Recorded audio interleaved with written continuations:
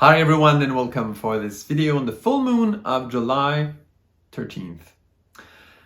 Okay, so this full moon is very different than the last new moon that we just went through on June 28, 29, depending where we are on the planet. The difference is on that last new moon, the energies in Aries, Jupiter, Mars were very, very important. This time, not at all. Jupiter is still in Aries, but doesn't play such a key role this time. So there's a real shift happening. We're moving towards zodiacal signs and energies that are way more earth and water instead of fiery like Aries was in this new moon. So let's have a look. The full moon itself is made by an opposition as usual between the moon and the sun. The sun is in Cancer in conjunction with Mercury. The moon is in Capricorn. And that axe that is created by this opposition of sun and moon is actually involved into, well, not three, but two trines that are following, and there's one extra trine there. So there's three trines that are really following each other. So let's name the zodiacal signs where they're involved and the planet involved. So in Capricorn, as we just mentioned, there's the moon. We just moved to Aquarius and we find Saturn involved also in a trine. And then we have Neptune in Pisces also involved in a trine. Now we just go over Aries. No trine connected with Aries, no important trine connected in Aries. And we go straight to Taurus, and there we find Uranus in conjunction with the North Node, there, also involved in a trine. And then in Gemini, we have Venus involved in a trine as well. And again, we have Sun and Mercury in conjunction in Cancer, involved in a trine. So of course, you probably are seeing this now, starting to figure it out. So Sun and Mercury trine to Neptune. So Sun and Mercury in Cancer trine to Neptune in Pisces. Venus in Gemini in trine with Saturn in Aquarius. And then Uranus and North Node in Taurus in trine, they are in conjunction, but in trine with the moon in Capricorn. Okay, so this is quite interesting. We're hearing, wow, three trines all together on one side of the zodiac, very strong, very powerful. So we think this is really harmonious, this is wonderful, this is very beautiful. But when we have that type of configuration, there's one special thing happening. You heard it. The sun and moon are in earth and water signs. Earth being Capricorn, water being Cancer. And they have their trines. But in between the water and earth trines, there are the air trine. There's the air trine. And that trine there is also creating squares with Neptune in Pisces and Uranus in Taurus. So to be more clear, Venus in Gemini, yes, creates a trine with Saturn, but also generate a square with Neptune in Pisces. Saturn in Aquarius, of course, is in trine with Venus, as we just mentioned, but it's also in square with Uranus and North Node in Taurus. So you see, when there's three trines all together on one side of the zodiac, delimited by an opposition, which is actually the full moon this time, it always creates that. Three trines, but there's also squares generated by the trine in the middle. Okay, so you follow me? All right, so now that we see this, I'll just bring your attention to one little thing, and then we'll start interpreting everything. So there's this opposition in the earth and water sign by the full moon itself, sun and moon, in the earth and water signs. These are in total harmony. They are in trine with Neptune in Pisces, Uranus and North Node in Taurus. So the water and earth sign are in harmony. They're strong. They're connected together. The other trine, the air trine, is more by itself. And also, if we think about the polarity of all of those, Earth and water are feminine signs. Earth and water signs are feminine signs. Air and fire signs are masculine signs. So we see that the feminine signs, they're really strong and connected. And the only masculine trine, because there's 2 feminine trines, and the masculine trine in air, Saturn and Venus in trine in the air signs there, well, they are apart and they form the square. So basically they receive the pressure of the feminine signs there, the earth and water signs. Okay? So that's how this whole configuration works. I'm just describing it so you have a better understanding of why we'll be interpreting things like we will in just a few seconds.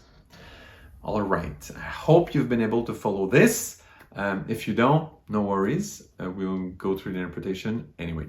So let's get started on interpreting what I just described. Okay, so Sun and Moon in the feminine signs of Capricorn and Cancer, they tell us that there's some type of something we live on Earth that is already new. Very often we hear in most astrology reading, videos and stuff, oh, big change is coming, prepare for a big change or whatever. And there's always very often a thumbnail saying something like this. Well, it's obvious because energies are always shifting. For people that are following the channel since a while, you see it's different every single time. So of course there's changes all the time. Now, what is specific to this full moon is what is really being showed, what is really being shown here is the fact that there's a new life that we're already living. If you want to get that a bit more clear in a better way, maybe think about summer. It's July 13th and summer is already on. It's still very, very long days.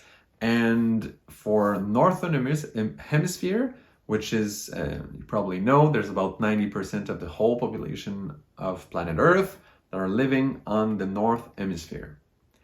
So that means, since astrology is a lot for us humans, it gives a really special meaning to this vision of the seasons as well. It has sense.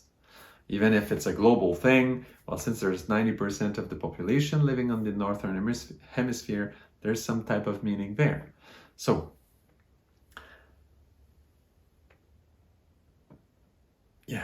so when the summer is already on like this, it's not time anymore to plant seedlings and to seed and stuff so much anymore. It's not a good time to transplant plants and all this. Better to do this in spring and the fall. In the middle of the summer, when the days are so hot and long, it's not so much about that. It's more about the fruits are ripening. Everything is already out there. It's not so much about, planting seedlings and stuff. It's about fruits have to ripen. They have to, there's lots of warmth, there's lots of energy pouring in, and the channels to channel this energy are already there. They are all channeling towards the fruits, right? All the energy is going there already. It's already decided. So there's something that we're living on Earth that is already new, that is already promising, that is full already. This is earth and water sign, that's strong. It's exactly that energy. Why? Because when we say feminine, right? Earth and water are feminine signs. Well, feminine life on Earth means it's us humans, it's not only about men and women, women being feminine, men being masculine. Yes, of course, on some level, but it's more than this. It's us humans being feminine towards the beings of light, towards our guides, towards our, guardian angels, name it the way you want it, but it's us humans being receptive towards the spirit, towards some guidance, towards what really does inspire us and leads us. So we are living as humans on Earth in our incarnation as very receptive beings, here to serve, basically. We're here to serve. This is actually the law of humanity in esotericism is service. So we're here to serve in that polarity of femininity. And in terms of humanity itself, very often we don't do that so much. We pollute a lot, we destroy so many things. But in reality, that's what Venus is as well. And when you look at this trine of Saturn and Venus, we see Venus there in the air signs that are receiving those squares. So we think, oh, what's the connection there?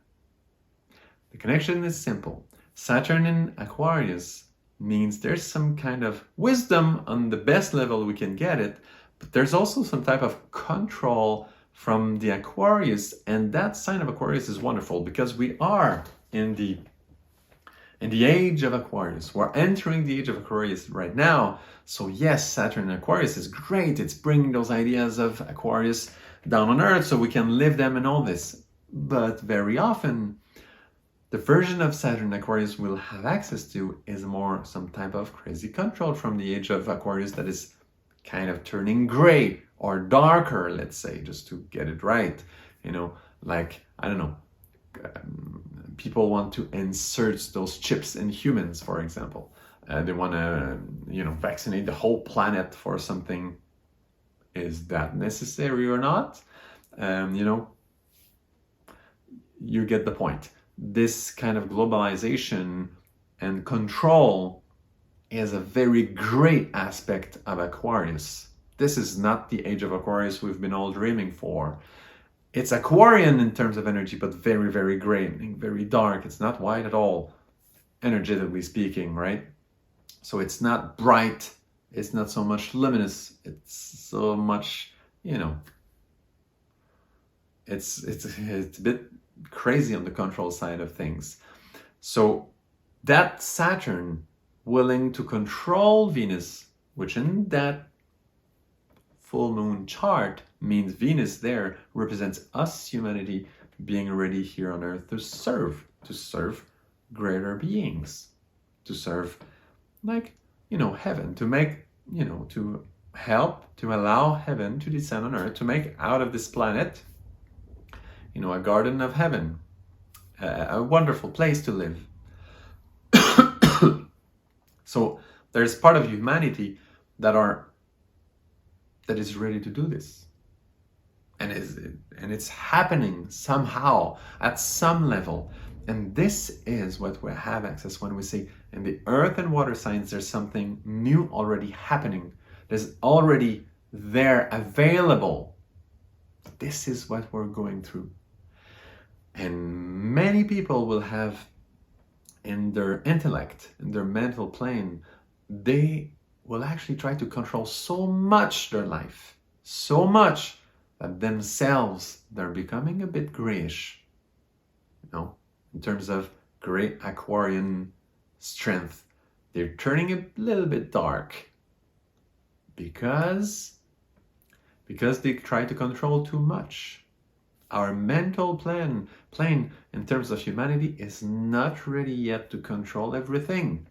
We have to allow the wisdom of the luminous beings to do their own thing, to control, to prepare, to set up cycles and make things evolve. If we try to control too much, it will be very difficult in that full moon, because all this water and earth sign, something we can live on Earth naturally in our feminine aspect of beings. And I'm not talking about women only, I'm talking about all us, humanity, as being feminine towards the big, greater plan of the luminous beings.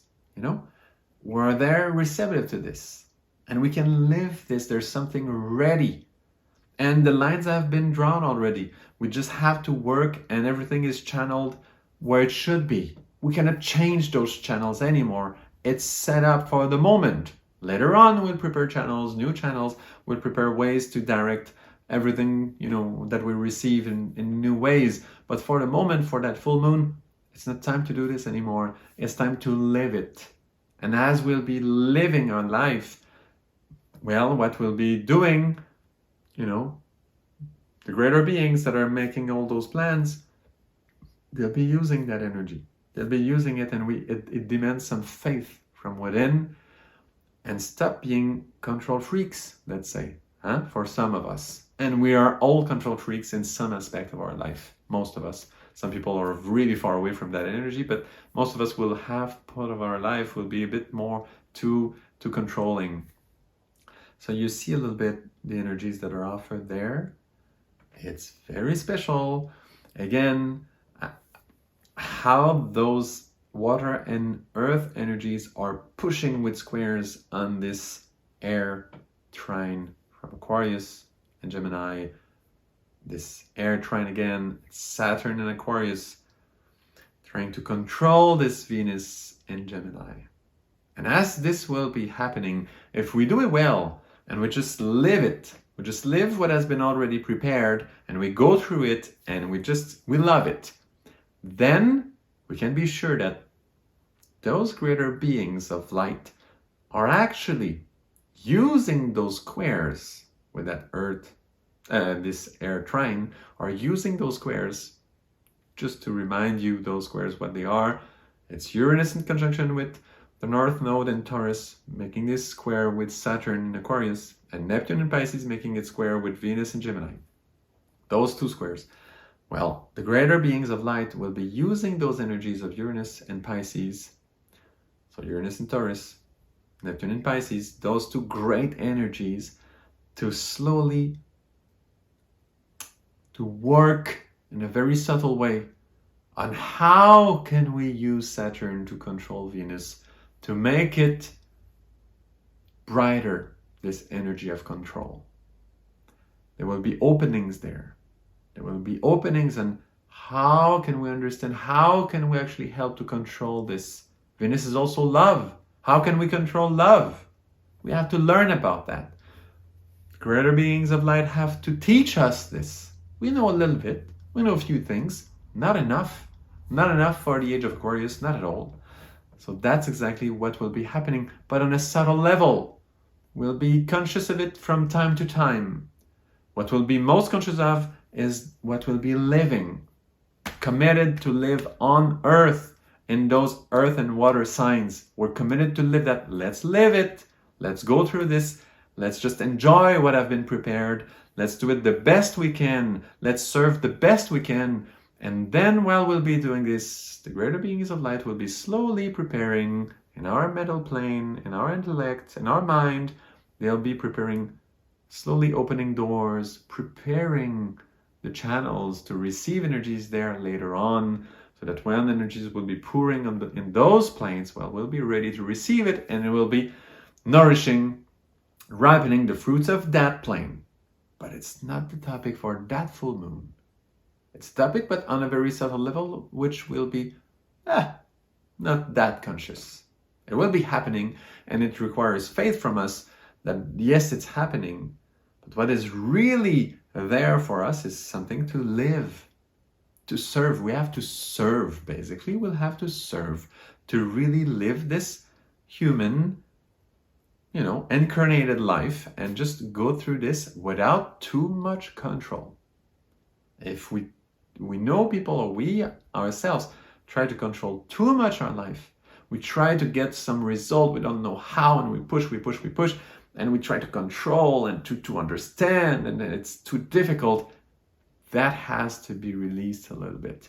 Let these luminous beings work on that plane, and enough has been prepared to just live it, to live life kind of in a simple way, but in a serving way, and make it as beautiful as possible. And the fruits coming out of this will be wonderful. So that's the full moon of July 13th. I hope you appreciate it, and see you next time for another astrology video. Again, please subscribe if you appreciate the content of the video, and if you like a little bit how I work from video to video, of course, share broadly. It's a very young channel. There's not that many people watching the videos and learning. There could be so much more. I think it's a very interesting and kind of rare point of views that I'm bringing to you. As you probably know, I have a YouTube channel for astrology in French since a really long time. I've been asked to do it in English. I hope my accent is fine for you. And anyway, just to give you a few more information about the video and the work I'm doing. And see you again another time for another astrology video.